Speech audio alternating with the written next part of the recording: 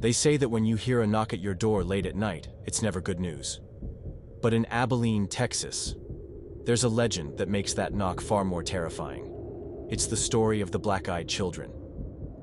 The first accounts date back to the 1990s. A man named Brian Bethel, a respected journalist, claimed he had one of the first encounters.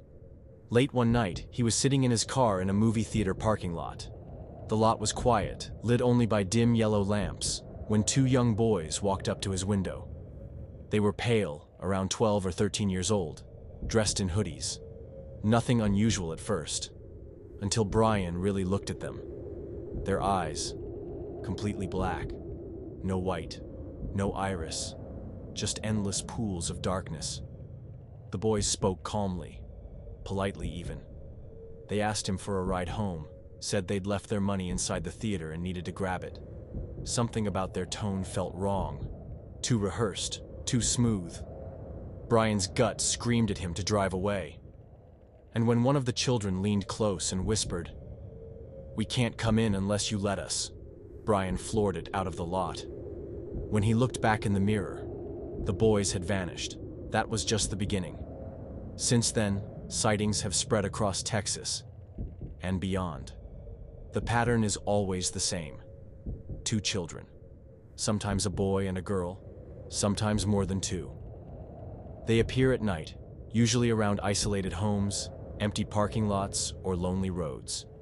They knock on doors, tap on car windows, and always ask for the same thing: to be let in. Their voices are strangely calm, their words unnervingly formal, and no matter how scared you look, they don't seem fazed. Witnesses describe feeling an overwhelming wave of dread the longer they listen. It's as if something deep in your instincts is begging you to run. One family outside of Abilene claimed they heard that knock just after midnight. The father opened the door to find two children standing in the rain. They asked to use the phone, but as lightning flashed, he saw their eyes, solid black. The father slammed the door and backed away, but the knocking continued. Then, from the other side, a whisper: "Just let us in. We won't hurt you." When he looked again, the porch was empty. No footprints, no sign of the children at all. Some researchers believe the black-eyed children are connected to older legends, demonic entities disguised as innocents, or perhaps something closer to modern folklore, alien hybrids, mimicking us, but not quite right.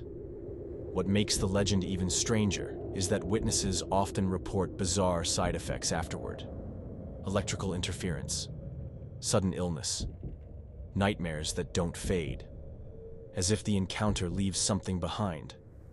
Skeptics call it mass hysteria, a mix of internet stories, sleep deprivation, and the uncanny fear of children behaving in unnatural ways.